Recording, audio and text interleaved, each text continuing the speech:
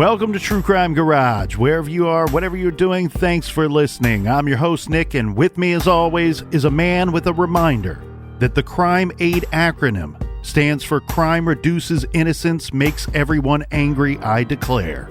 Here is the captain. Yeah, it's good to be seen, and it's good to see you. Thanks for listening. Thanks for telling a friend. Today we got a little leftover blueberry cobbler. That's Grandma Finger's pastry sour beer with blueberries, of course. This is another good one from Arkane Aleworks. Garage grade 4 out of 5 bottle caps. And let's give some cheers to our friends right here. First up, a big cheers and thank you to Cheryl in Kimberley, British Columbia. And a big we like your jib to Victoria and Virginia Beach. And here's a, of course we like your jib to Andrea White in St. Mary's County, Maryland. And a big shout out to Jason in Savannah. Here's a cheers to Constantinos in Squirrel Cove, British Columbia. And last but certainly not least, we have a double cheers to Dan and Ruth in Republican City, Nebraska. Thank you all for helping us out with this week's beer fund. Yeah, BWERUN, Beer Run. If you want to support the show, go to iTunes, give us a 5-star review. Tell them that you love us, and make sure you subscribe to the show. Make sure you tell a friend. And for everything True Crime Garage, check out our website, truecrimegarage.com. And that is enough of the business. All right, everybody gather around, grab a chair, grab a beer. Let's talk some true crime.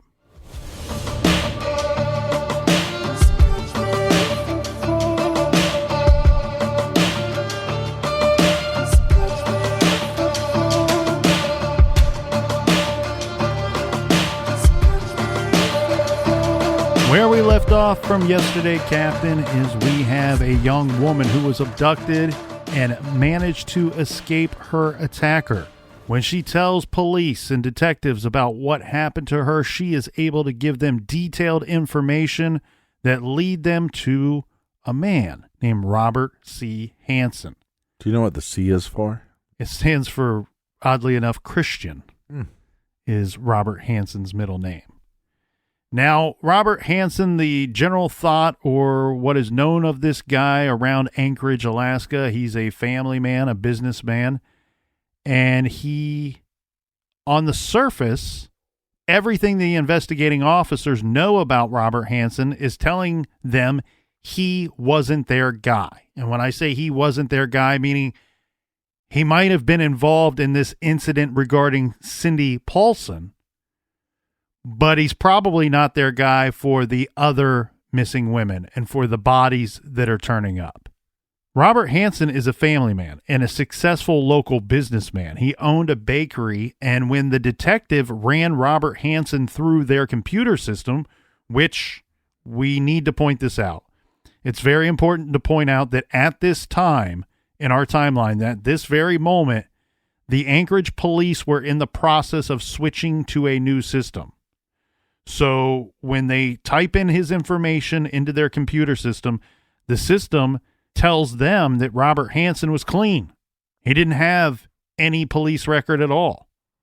And when the detectives started to ask around, what they end up learning is that Hansen was known around town as an expert hunter.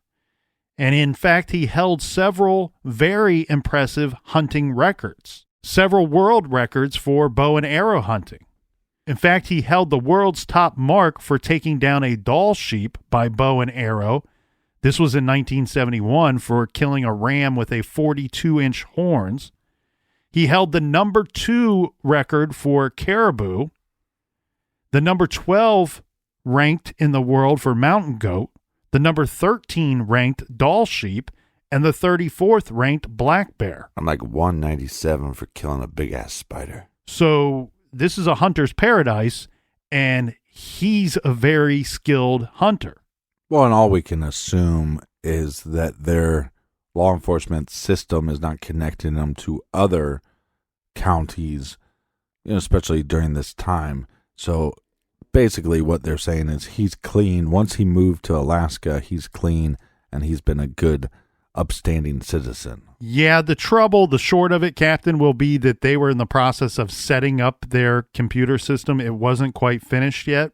And so some of the records had not made their way to that system. Well, if they need a guy. So they were not able to find them at that very moment when they're looking this dude up, whose vehicle and plane put him at the airfield of where this Cindy Paulson escaped from. So a quick background on Robert Hansen. He was born in Iowa in 1939. His parents, with whom he had a difficult relationship with, were very strict and often made him work long hours at the family-owned bakery.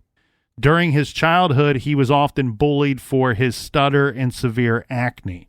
In school, he had no close friends. After graduating high school in 1957, he enlisted in the U.S. Army Reserve, where he became a skilled marksman, serving 1 weekend a month and working at the bakery the rest of the time, sometimes volunteering as an assistant drill sergeant at the police academy in the town of Pocahontas. It was in the Army Reserves one weekend that Hansen lost his virginity to a working girl. Then in 1960, he fell in love with and married a local girl.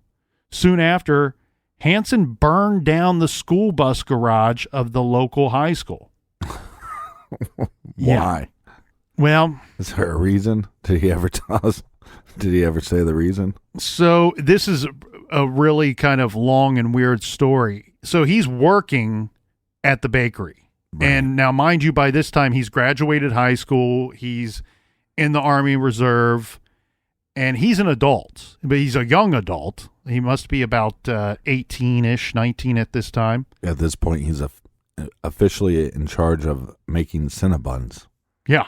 Well, this is 1960, so he would be 21. He's actually a couple years older than what I thought he was. He's working for mom and dad at the bakery. And so when you think about like these local mom and pop shops, you have a lot of teenagers that tend to work these jobs. Right. So he's working with a couple of kids that are still at the high school. They're still active in the high school, 17-ish, 18-ish. And he is kind of, because he's older than these guys, they think of him differently, much differently than what his classmates thought of Robert when he was attending high school. Right. His classmates thought of him as a giant pimple. Well, and at the bakery, he's a bit of a somebody, right? He's the owner's son. He's an adult. He's gone off to the Army Reserve. He has life experiences. He's a part-time drill sergeant at this police academy. Yeah, so now he's Mr. Pimplehead. So he kind of creates this little clan amongst the young men that work there, 16, 17, 18-year-old boys. You know, they're all very rebellious, want to raise a little hell. He convinces them, hey, like, we could go out and do some stuff in this little town in Iowa where there's nothing to do. You know, we could go out and shoot at things, shoot at stop signs. We can set things on fire. There's ways that we can have fun, be rebellious, and, you know, cause problems. Yeah, jerk off some goats. So he convinces a couple of the guys that work there at this bakery that, you know what, let's get together and we'll stake some places out and we can do this or that or the other thing. Check out some goats. A couple of the guys are smart enough to weasel their way out of these arranged hangouts that are after hours. You know, they're smart enough to know, hey, if we end up doing something bad, it could be bad for me. So I'm not going to put myself in this situation. One night, he and one of the boys that he convinced to go with him, they go to this garage that houses the buses that drive the kids to school. So this is school property. And he decides, Robert Hansen decides to set fire to the building. Now, there's some conflicting stories here, obviously, because we have two people that went there and they both have a somewhat different story of what happened. But after the building burnt down and the vehicles inside were practically destroyed as well, I mean, this is a big deal with a lot of damage, a lot of cost involved in this damage. Well, because these other guys are teenagers, well, what do? They run their mouth. You know, they're at parties or they're at school telling people, hey, I know who did this, or I was involved, or I was almost involved. And so they're kind of telling the story to these other people of what happened. The police and the school system really had no clue what happened, other than they knew that it was not an accident, that it was set. It was an arson. Well, word starts to get around town that Robert Hansen was involved in this, and the kid that was with him on the night that they set the fire, he becomes a witness and testifies against Robert Hansen. So in court speak, Robert Hansen willfully and maliciously set fire to a building. This occurred in Iowa in 1961. For this, he gets a 3-year sentence in prison. Remember, he's already married at this time. His wife decides to stick with him because she believes, going off of what Robert's telling her and everyone else, hey, this group of kids did it and they're trying to blame it on me. And because somebody's willing to testify against me, I'm taking the fall for these guys. Right. His family believes him, and his wife believes that he's innocent. But eventually, he ends up confessing to her and to his mom and dad. This is while he's serving out that 3-year prison sentence. Well, and also, the family business, he's set to make some dough. Well, you asked why. It's believed that Hansen burnt down the building in retaliation for his unhappy high school years, or it was because he hated the school's superintendent, who just so happened to be good friends with his father, Hansen's father, and a regular customer at the family bakery. Either way, Hansen ends up serving 23 months in a reformatory and then is released and then successfully completed parole 1 year later. So he got out early for this arson that he committed. Right.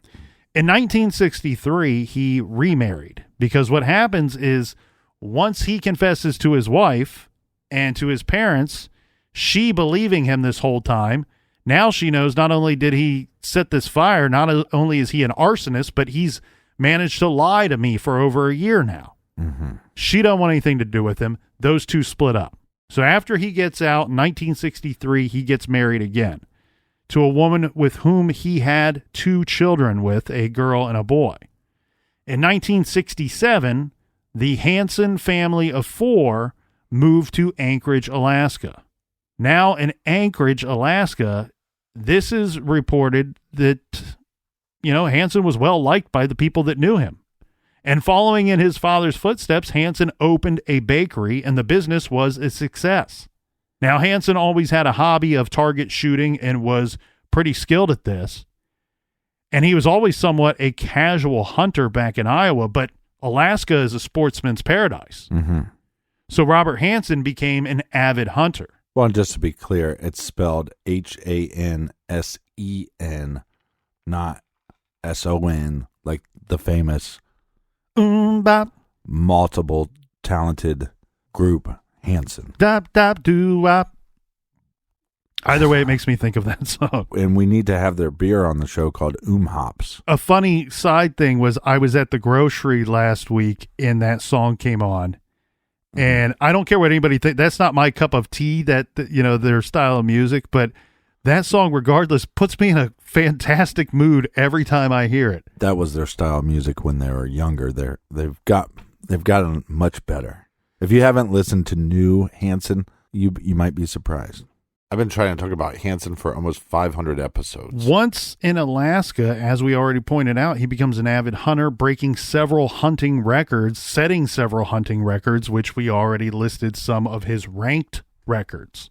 But when the detective started asking other detectives, because keep in mind, still at this point, he's looking at this guy going, this guy's got a clean rap sheet. Why all of a sudden out of the middle of nowhere, this guy picks up a woman at gunpoint and handcuffs her and does all these horrible things to her? We didn't go into detail, and I didn't think it was necessary, but it was a lengthy assault that he committed on this woman, according to what she's telling the detective.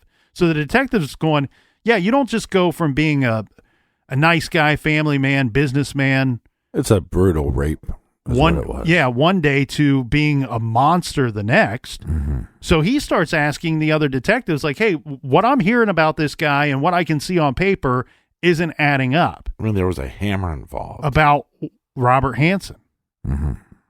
And he's at some point when he's talking to these old, skilled, seasoned detectives that have been around for a long time, he's starting to get less stories about Hansen's hunting records and more stories about Hansen's police record, right? Because we said that for whatever reason, those records hadn't made their way to their now computerized system. Right.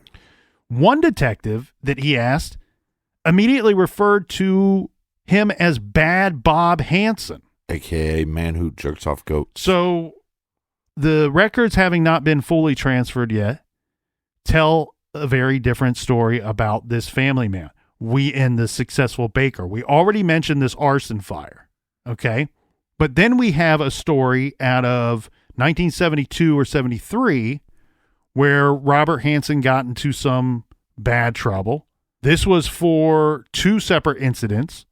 One for attempting to rape a housewife, and he was also caught for raping a sex worker.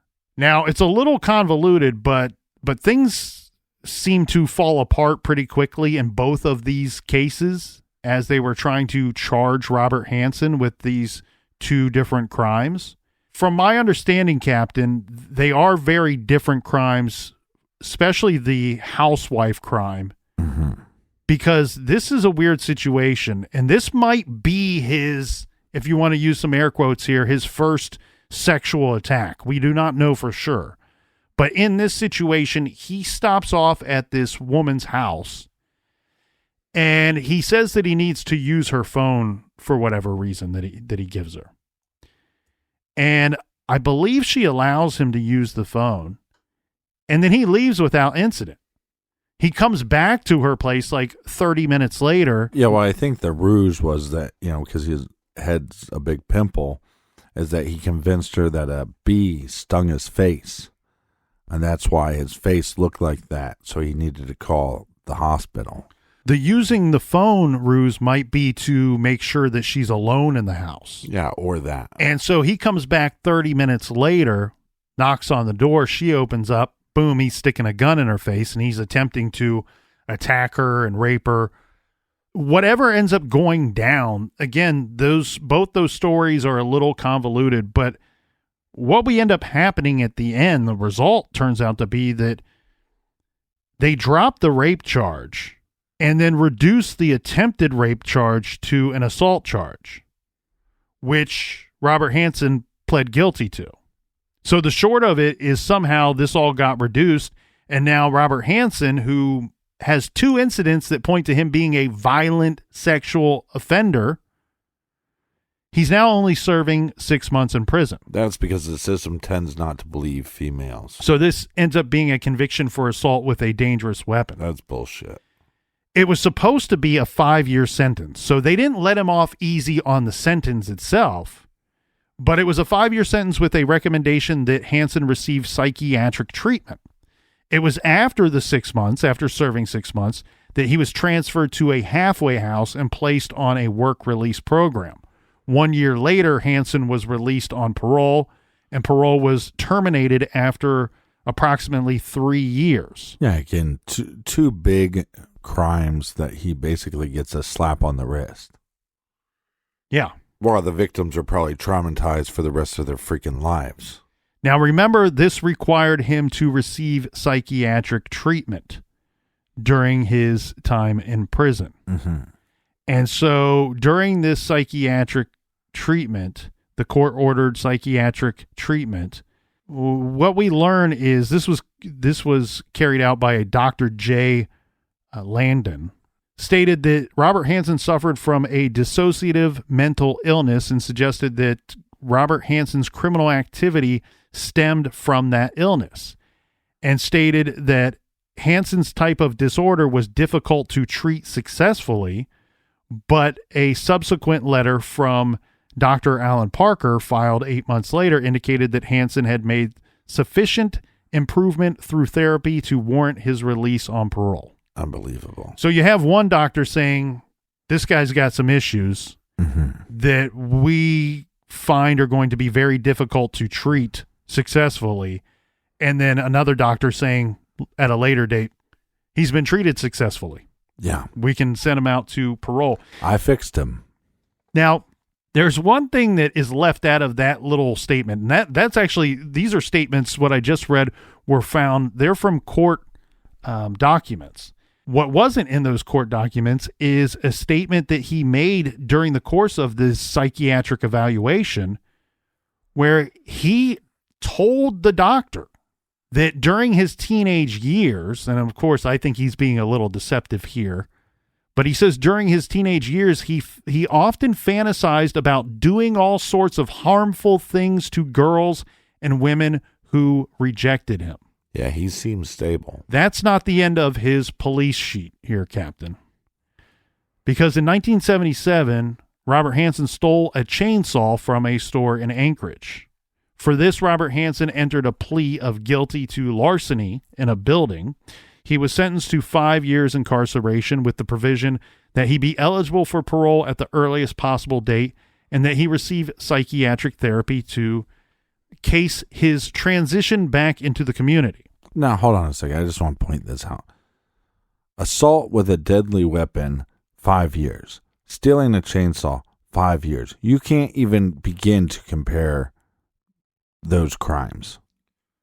Correct. And keep in mind, had the theft been his first charge, the first time breaking the law, he would have got a lot less for that. He probably would have got probation, maybe 1 year max. But because he had multiple offenses and, they were aware of that, they're going to give him the 5 years for that theft charge. They should do shock therapy on his balls. The way that I want to go through that theft charge because we have some detailed information on how that went down based off of the court records. So this took place while Hansen was shopping at an Anchorage department store when a store security guard observed Robert acting suspiciously in the store's sporting goods section. He watched Robert place an old sales receipt on a chainsaw box and leave the store with it.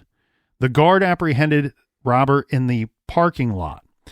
Robert Hansen described his thoughts leading up to the shoplifting as follows, quote, "I looked at them and remembered about 5 weeks previous, my father and I had been cutting wood for our fireplace and his remarking 3 or 4 times how much he would like to have one," meaning a saw. "My folks live in Oregon and were visiting us for 4 weeks. He wanted a saw to use when he and my mother go camping along the coast. I told my father that he would be more than welcome to take mine, but he refused. I thought of this and all the presents my parents had given me through the years and how wonderful it would be if I could give him a saw for Christmas. I also thought, of course, about my life at that time. My wife and I had just bought this summer a new home and put everything we've had saved for more than 9 years into that home. I guess many, many thoughts went through my mind as I looked at the saws. I wanted almost more than anything to please my father and could just imagine the expression on his face on Christmas Day if I could give him that saw. I walked around the store some more and out the front door. Outside, a man had just had a heart attack. The police, fire department, and paramedics were there to give him treatment. My father is 69 years old and has had 1 heart attack and is very overweight. Again, I thought of the chainsaw and how pleased he would be to receive it at Christmas. I walked back into the store, again to the saws. I thought there was a young man watching me, but then he seemed to disappear. On the one box that I picked up, there was a sales receipt. I guess this is when I first really seriously thought about taking the saw.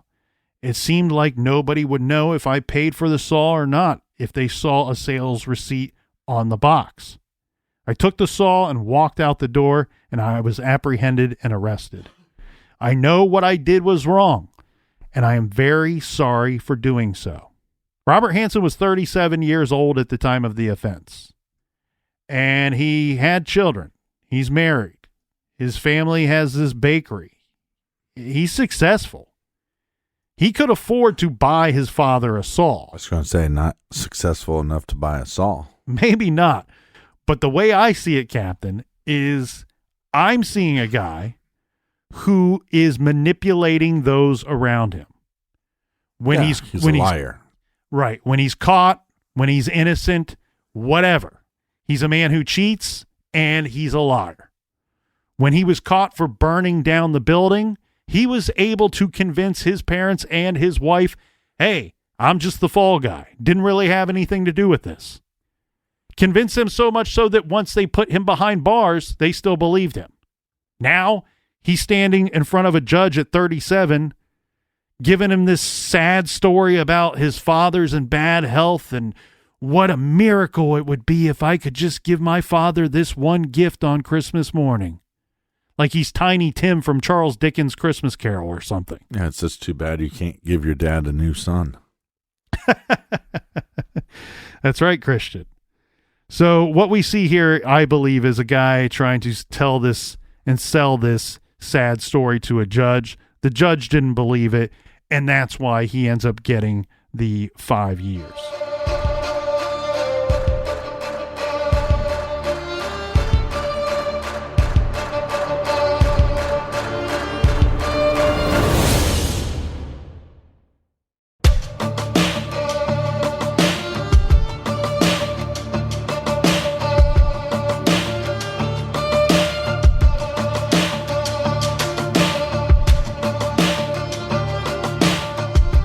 We're back. Cheers. And that's no lie. We switched over to some hops. Mm-hmm. Tasty. Thank you, Hansen brothers. Go ahead. I was going to say, they're kind of similar to us because they have a garage themselves. I believe their company's called 3-door garage or something, or 3-car garage or something like that. Sorry. I was going to laugh because I think most people own garages, but what do I know? So, well, it's not a chainsaw, right? During this prison sentence, and it ends up getting reduced, and he doesn't have to spend the full 5 years. But what ends up happening here, we did state that he has to undergo another psychiatric evaluation during this time, and this is when Robert Hansen is diagnosed with bipolar disorder. And of course, we got to keep in mind, this does not mean what we're going to end up learning about him. That's not typical of bipolar disorder. And also, given the time frame, we're talking about the 70s.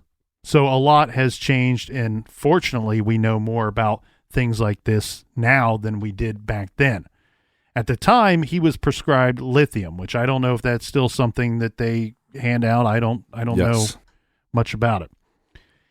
He wasn't required by law to actually take it, but this will be interesting because we said that he owned a plane, right? He owned that plane that the victim led the officers to at the airfield. Right. So he owns this plane, but he was denied a license due to this medication that he was prescribed. Mm-hmm. Again, no one knows if he was actually taking the medication. I couldn't find anybody to say either way if he was actually taking it. But the way that he comes about buying this plane is pretty interesting, because in the early 1980s, Robert Hansen reported a burglary at his home. He says that $13,000 worth of items were stolen from his family's home. It wasn't too long after this, it's a lot of chainsaws, that he purchased the Piper Super Cub bush plane. Yeah. This is a very, very tiny plane. So the thought is maybe he used this money that he received from the insurance policy on the burglary to his home to buy the plane. That's a big part of the story. So now we're going back to the investigation. Is he responsible? We have this sex worker that we found in handcuffs, a truck driver found her. Is he responsible for this? He's saying no. He's saying, I don't know her. I've never seen her before. And he I believe he has an alibi as well. Yeah, he has 2 alibis. So this makes it very difficult for the police, because if we're going to take this thing in front of a judge and say that this guy abducted and assaulted this woman, but she escaped, Well, if you put this thing in front of a judge or even a jury of his peers, you run the risk of going, well, it's this working girl's word against this successful family man, businessman, who says he doesn't even know her, never met her, and he's got two other people that are considered to be good, upstanding citizens that are saying, well, he couldn't have done that because he was with us that night. The police are smarter than that, though. They know how things work. And even though they can't bring it in front of a judge yet, they're going to still work on Robert Hansen. And so they're going to question him. They want him to slip up. They want him to give them information that they can work with to build a case against him. At the same time, while they haven't officially filed any charges against him for the attack, for the rape and the abduction of Cindy Paulson, another body turns up. This is a couple months later. And this is Paula Golding's body turns up. So the police are really concerned, number one, that they got this violent guy out that they believe are 100% to be guilty of what Cindy Paulson said this guy did. There's too much evidence to them leading them to him. The problem is the alibi. And Hansen doesn't really admit anything when they first interview him. In fact, he's a little bit rude. When Detective Floathy asked him about the attack and the sexual assault, Hansen says to Floathy, you can't really rape a prostitute, can you? Well, Floathy fires right back and says, in this state you can. So they're looking at this guy. Well, I mean, that statement right there shows you what kind of respect he has for women. Well, in particular, the victim here in this case. Right. And maybe the other victims that you're seeing as well, the missing women and the bodies that are turning up. So what we have here, Captain, is more bodies turning up, a guy that's looking really good, and you got a couple detectives that are saying, you know what? Look at this guy's past. He was a violent sexual offender before. That's what he still is today. We believe he abducted, raped, and was going to kill Cindy Paulson, but she was able to get away. We think he's responsible for a lot of these other ones. The other thing, too, that made Robert Hansen interesting to them is that he owned a plane, because at least one or two of the bodies were described, and we went through those articles, described as inaccessible, in an area that was inaccessible. Mm-hmm. However, if you had a plane, those areas were accessible. Right, but then also think about it this way. Investigators are going, okay, yes, we know that she's a sex worker, but parts of her story line up. I went to this guy's house, then we went to a plane. This is the guy. Mm-hmm. And he has those items. Now you have these two alibis. So that's when the investigators are going to go, hey, somebody's lying, so we got to crack down on somebody. And like I said, her story is making some sense. So they're going to go after his alibi. Well, and keep in mind, too, I mean, yeah, when they find her, when police find her, she was still handcuffed. She was still beat up. Yeah, the scene to me is like the end of Texas Chainsaw Massacre, the first one, where she runs out onto the road and she's screaming and yelling and comes across that semi-truck driver. The problem, though, too, then becomes people that are familiar with cases such as this one, well, not such as this one, but such as the Cindy Paulson case of her escape, let's say. There are plenty, dozens, hundreds, thousands of cases where a dancer or a working girl gets beat up by a boyfriend or a pimp and blames it on someone else. That happens. It happens all the time. Police don't suspect that here, but that's where it could easily go to in the minds of people that are tasked with the duty of determining Robert Hansen's guilty or not. Right. Guilt or not. And you have these other people that are saying, well, he couldn't have because he was with us that night. We'll get into that in a minute. But what we're going to have here is very interesting because the police decide, well, let's build a case against Robert Hansen. He's our guy. If we all think that he's our guy, let's surveillance him. Let's watch him. Let's build a case against him. Well, what do we need to do? Let's forget about the rape and the abduction as far as Cindy Paulson's concerned. We can always circle back to that. Let's try to connect him to the murdered victims or to any of the missing women. So let's build our case against him that way. one thing that they do is they reach out to the FBI in Quantico. And they actually didn't think that they were going to have any good result with this. They just made a simple phone call and said, hey, this is what's happening here in Anchorage. We got these women missing, turning up dead. This is how they're found.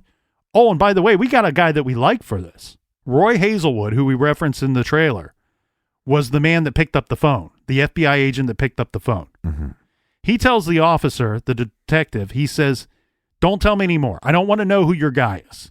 Tell me about the victims and how you're finding them. Roy Hazelwood starts to shoot off back and he says, I bet you your guy is like this, and I bet you he does this, and he's about this age, and this is where he lives. He's probably married. He's probably successful. He's probably known in the community. Mm-hmm. He's telling them everything that they already know to be true about Robert Hansen. Hazelwood says, you know what? Take this to the local FBI, get them to sign off on it, and we will send you some agents. Okay, so this next part is from the Criminal Minds fandom page, which is an odd and unexpected source for this week's case, but turned out to be a very good source. The information is real good and laid out nicely, so I was happy to find it. There's a paragraph that says the Alaskan investigators began looking into Hansen again and contacted the FBI, who sent in their profilers. This was, according to the site here, Captain says John Douglas, but some sources say it was Roy Hazelwood. They profiled that the killer would have low self-esteem, a history of rejection by women, and be an experienced hunter. They also correctly predicted that he would take souvenirs from his victims and would have a stutter. So let's examine this for a bit and clear up any of the Douglas versus Hazelwood bit as well. For the record, the fandom page is citing sources, so they don't have anything wrong. They are just simply citing other sources. Right. So they included both, which I think is very responsible. They say it was either Roy Hazelwood or John Douglas that helped the Anchorage police and the state police, Alaska State Police, with this case. Yeah, I agree. It's good that they put both of those in there. So first off, anyone that has listened to this show for a long period of time know that John Douglas and Roy Hazelwood are the two FBI agents that we have talked about more than any others by far. Yeah, Hazelwood was my nickname in high school.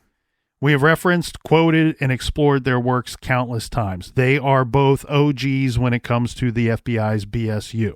They worked together and relied on each other's work at time and expertise plenty, as have we. I can see why this part is confusing, and the short answer is because they both worked on the case. So it makes sense that you would see Douglas's name and or Roy Hazelwood's name. The other truth about the FBI's profile is that in this case, the FBI was only brought in after local law enforcement already identified who they believed to be the killer, which is pretty rare, right? In this case, the Alaska State Troopers and the Anchorage police pretty much knew or had that gut feeling that Robert Hansen was the one that was killing women. Mm-hmm. Again, in fact, they were calling him Bad Bob Hansen. But they needed some experts to help them secure a search warrant for Bad Bob. This would be to search his home, his plane, and his 3 vehicles that he owned at the time. So FBI agents John Douglas and Jim Horn were sent from Quantico out to Anchorage to assist. The Alaskan authorities attempted on more than one occasion to get a search warrant for Hansen, but needed more ammunition, as the DA wanted to make sure that the courts wouldn't find that the police were going on a fishing expedition, right?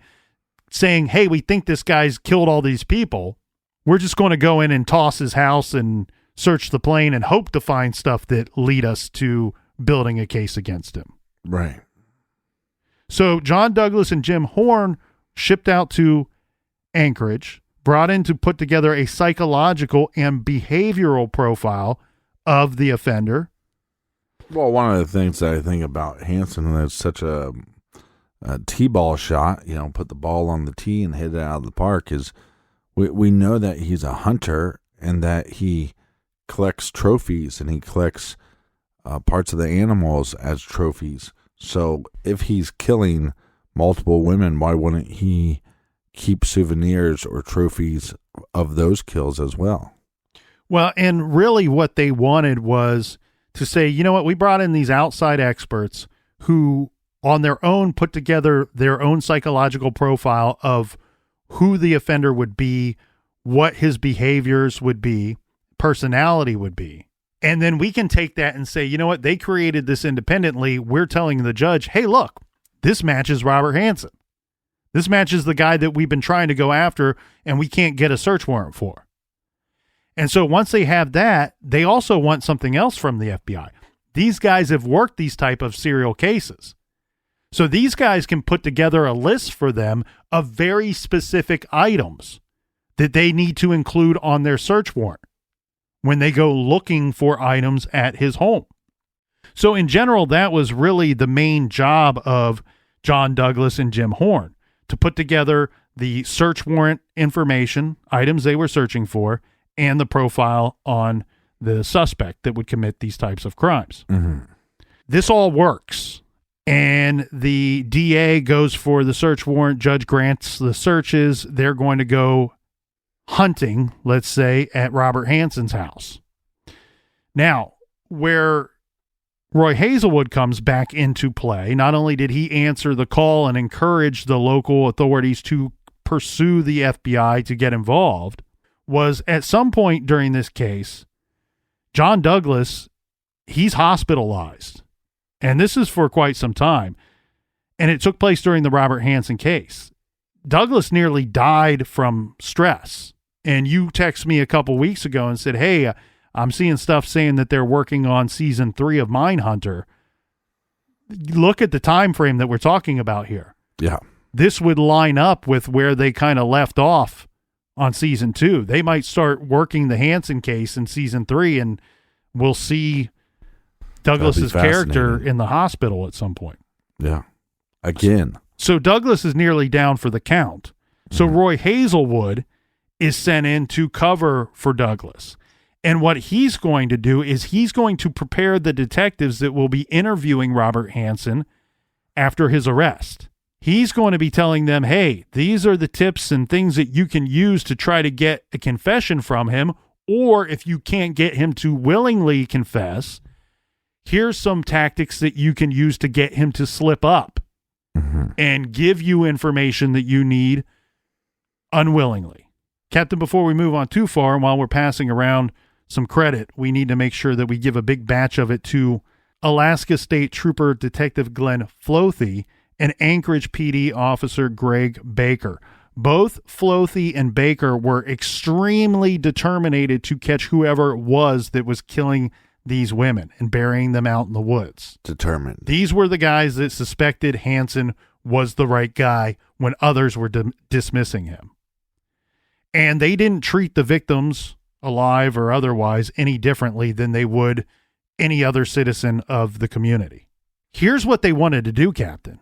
And this is genius, because they're like, you know what? If we can find items that our rape and assault victim says she saw in this man's house, the gun that he used on her and other items that he used on her, that's going to be enough for us to really take this to the next level. The next level is put this case in front of a grand jury. That's where those false alibis will come back into play. And we'll circle back to that. But the other thing that they wanted to do, detectives aren't stupid. They see that this guy, he filed this insurance claim for $13,000 and then in pretty quick turnaround buys an airplane. Okay, well, when you submit your report to the insurance company, you have to submit an itemized list of everything that was stolen from your property. You now have an abduction and rape victim who says, I was in the basement, and she's describing items that he had put on that list of things that were stolen from his home. So now you have an insurance fraud charge that you can bring against this guy. So when you have trouble convincing a room of people that this man is a serial killer who's killed dozens of women, what is the best thing for you? Time. Time will be on your side, but you're afraid he will be killing other women in the process, or could be destroying evidence in the process. So if we can lock this dude up on anything, the insurance fraud charge, the rape charge, the abduction charge, let's get him on that, put his ass behind bars, and build a case against him while we have him locked up. Sure enough, they get into his home. They start seeing things that he says were stolen from his house that he received insurance money for. Yeah, I mean, this guy's just a criminal on multiple levels. He doesn't really care for anybody's concern other than his, and make sure that he's getting ahead. The thing they really wanted to find was that .223 Ruger Mini 14, which is the gun that they found the shell casings near a couple of the buried bodies. So they were hoping to find that in this search. They would eventually find it. And the other thing that comes about is now they are taking this case to a grand jury. So they can go back to those two guys who say that I was with Robert Hansen that night. He couldn't have abducted and raped this woman. And they can say, you know what? You told us that story. Now, here's your subpoena. You go tell it to a grand jury. And if later we can prove that you are lying, you will be doing time yourself. Well, how quickly they changed their stories. Neither of those men were with Robert Hansen that night. Liars. Pants on fires. I want to say that they got a couple search warrants and looked through things and didn't find anything. And then they got a couple different search warrants and went back because they didn't find anything just out in the open. I think they were coming up empty most of the time, and then they found some kind of hidden area in his attic or something like that. Well, you're exactly right. Now, but it's a little confusing because think about the search warrants in general. They are seeking items that would be involved in different charges related to different incidents, things that took place at different times. Right. So some of the items they are finding out in the open. These would be the items that he claimed were stolen during the burglary, the house burglary. Right. Because he's very fond of his trophies, his hunting trophies. And a lot of the valuable items that he says were stolen from his home are in fact those hunting trophies that he's got mounted to the walls. So not only were they out in the open, they were on display, and he was proud to show them off. So they find those right away, but all that's going to get you in court is a charge for this insurance fraud. They want charges of murder, rape, and abduction. Mm-hmm. And you're exactly right. They're not finding the guns and the torture weapons or dirty shovels or anything like that out in the open that would lead them to be able to bring forward those types of charges. What they end up finding, and it's a weird situation because, and it's really great that Roy Hazelwood was able to kind of school these detectives and prosecutors in how they should be communicating and talking and interviewing Robert Hansen. Because what they do is they bring him in for interrogation at the same time that they're searching his home, his property, and his vehicles. Well, it's a great time to bring him in because he would know that they're searching. So he's going to be constantly worried the whole time that they're asking him questions. What are they finding? Well, and the stutter, and I don't want people to email me. I don't know the science of any of this. But in this situation, what they're going with is that the man's stutter seems to be directly related to how nervous he gets, how out of control a situation gets for him. And when he's uncomfortable, when he's nervous, when the stakes are high, he stutters. He can't control himself. He reacts. And so what they wanted is just what you said, Captain. Let him know we're searching his properties. Let's bring him in. Let's question him at the same time while the heat is already cranked up to 10. And what they get are some information because, as you said, they're turning up empty-handed with the items that would lead them to the more severe charges, the charges that they really care about. They don't really care about the insurance fraud other than to jam them up long enough to bring these other charges. They end up finding through some of his own words, Robert Hansen's own words, that he has a false wall at some place in his home. It might have been the basement, it might have been the attic, might have been both. And inside of that false wall, he had hid things like guns that he had used and things that he had used to torture some of these women. They also found an aviation map, which was really interesting because it had several things marked on this map. And I believe it was about 21 or 20 or so things marked on the map. Having found this, they already know where some of the bodies were recovered. The bodies that they've recovered are matching up with some of the marks that Robert Hansen made on this map. They know Robert Hansen made these marks on this map because he told them where to find the map and where to find these other items. They're in the false walls. The gun they were looking for is this 223 Ruger Mini 14 that they know was used to kill a couple of the victims. They didn't find it in any of the properties that they were searching because it was in his boat, which was in fact on his property, but they didn't have a search warrant for the boat. So that's where they had to go back and get a search warrant for the boat. They couldn't afford to anything being found in the boat to be thrown out of court at a later date. So this shit turd had a plane and a boat. Yeah. But keep in mind, it is Alaska, so like plane ownership is a lot more common there, and these smaller planes. And they're small. It was a small boat. It wasn't like a yacht. No. He's still a shit turd. In the end, when they find the gun and run ballistics, they are able to come back and tell him, you know what, this gun, which was his prized gun, which oddly enough, the profilers said he would have this very close relationship with the murder weapon, and he would value this over many, many other items in his possession. He would treat it with a certain high intensity level of care. When they said to him, look, we've connected the bullets from your favorite gun to 4 of the victims, that's when they get a confession from Robert Hansen. And it's a pretty long one, but I've reviewed it, and the short of it is basically he's saying that women that work the streets, women that work as dancers, they're not good people. And so it didn't really matter that he killed them, that he should be allowed to do whatever he wanted with them because they're not the same as you and I or everybody else. So they don't have the same rights as he does. Oddly enough, he doesn't consider himself to be a bad person, or didn't at the time of his arrest, which is completely bizarre given his police record and what he was out doing all those years. Yeah, but he was fixed with therapy. And he would end up pleading guilty to this in the court of law, and he ended up receiving a life sentence plus 461 years. So he was never going to get out.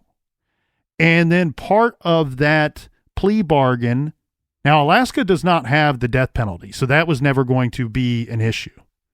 But part of that plea bargain was he was going to have to tell the officers where they could expect to find the remaining victims. Right. But he would never be charged with those crimes. He could only be charged with the 4 murders. Correct. That he was confessing to. He was charged with 4 murders, convicted of 4 murders. One of them is Eklutna Annie, who's never been identified. He doesn't know who she was, or claims that he doesn't know who she was. And he was also charged and convicted of the insurance fraud as well as the abduction and assault on Cindy Paulson. So that's how you get a life sentence plus 461 years. He confessed to 17 murders overall. They recovered all of those bodies. There still are some bodies that have not been recovered. And I'm getting a little confused. I shouldn't say they recovered all of the 17. Police believe that he's probably responsible for 21 or more murders. And they think that the reason why he wouldn't confess to some of the other murders goes back to his original confession. That some of the women weren't working at a show bar or weren't working the streets. Right. And therefore, for whatever reason, we've gone through this time and time again with these serial killers. Their confessions don't always make a lot of sense. Sometimes they make up higher numbers. Sometimes they really downplay it. Yeah. And I'd also say possibly in this case, there would be victims closer to the age of maybe 12 to 14. And a lot of times you'll see serial killers not willing to admit that they killed a child. Yeah, the missing women that they have that are still outstanding to this date are of the age range of the previous victims that we've already discussed. Part of that, you wonder if they were just left out in the open or tossed into the river, which is a little bizarre that he didn't use that time and time again. These other crimes, he was not willing to confess to those for whatever reason. Detectives were also very concerned, and remember, we saw this in the BTK case as well. How can you have this serial killer operating for years and years and years, living with his family, and nobody else knows about what he's out doing? And so one thing that they had to do was interview his wife extensively, not telling her what they're going to charge him with, because they wanted to be able to determine if she had any clue of what old bad Bob Hansen was up to. What they discovered is that she traveled a lot. She was a good person. She had no clue of what he was doing. He was doing almost all of this while she was away on travel with the kids. In fact, in a lot of these murders, he called them his summertime projects, which she would be out traveling for the summer. I believe she was a teacher or something and had the summers off. But she also even tried to help the police once she was aware of what he was guilty of. Once he confessed, she even helped them try to locate some more of his items that he may have concealed somewhere or buried on their properties. So she was just another victim in this long story of Robert Hansen.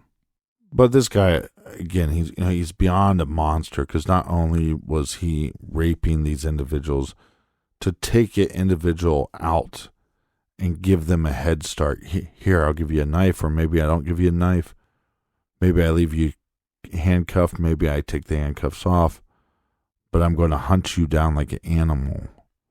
That's what they really should have done. They should have got him to confess, and then they should have said, hey, by the way, we're going to take you out to the field where we found a body. And they should have just said, hey, Robert, we're going to give you a little head start, and we'll be coming for you. Well, and that's one thing that they were able to determine, Captain, was in the earlier murders, he was killing the victims elsewhere and then bringing them to the burial sites. In the later murders, he's all wrapped up and in love with this hunting. It's like, well, why not combine the couple things that I love the most? Right. Abduct this woman. A lot of the physical attacks, the rapes and such, sexual assaults, took place at his home. And then the ruse of, I take these women to a cabin out in the middle of nowhere. He's just putting them in a plane so he can land that thing and go hunt them out in the wilderness and then bury them where he kills them. And I want to be very clear about this. We told this story in the trailer about General Zaroff, who, if you were able to elude him for 3 days and get away from him and his hunting dogs, that he would set you free, and he gave them a knife and some food and a 3-hour head start. Yeah. That's not the case with Robert Hansen. No, he's hunting women who he lets out of his airplane, who in many cases are naked, still handcuffed, and sometimes even blindfolded.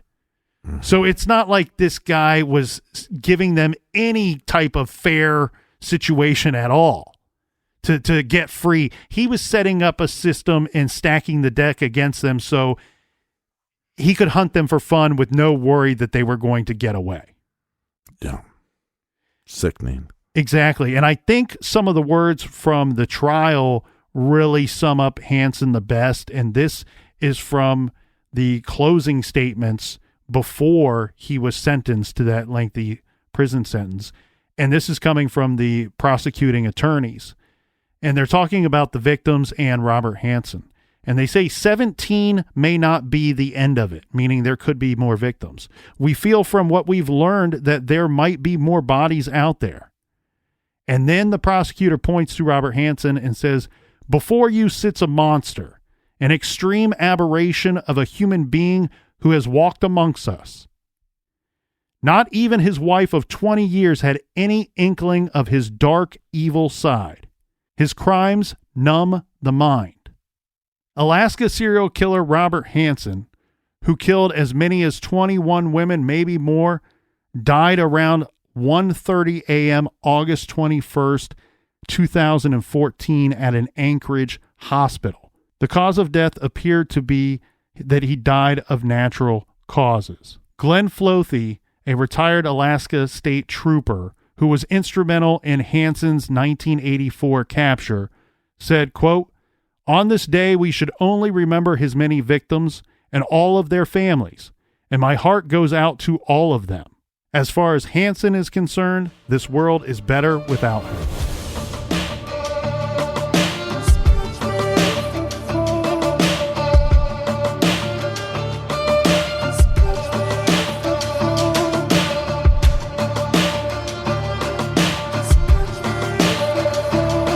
Thank you so much, friends, for joining us here again in the garage. Getting right up in your ear. If you need more True Crime Garage, check out our other show, our bonus show called Off the Record, If You're Nasty. And that's on Stitcher Premium. Colonel, do we have any recommended reading this week? This week we are recommending Death on Ocean Boulevard Inside the Coronado Mansion case by Caitlin Rother. This is perfect timing as well to recommend this book because this case is coming up on the 10-year marker now. This, unfortunately, is one of those true crime mysteries. Was it murder or was it suicide? Rebecca Zahau's family believes she was murdered as investigators found conflicting evidence of foul play.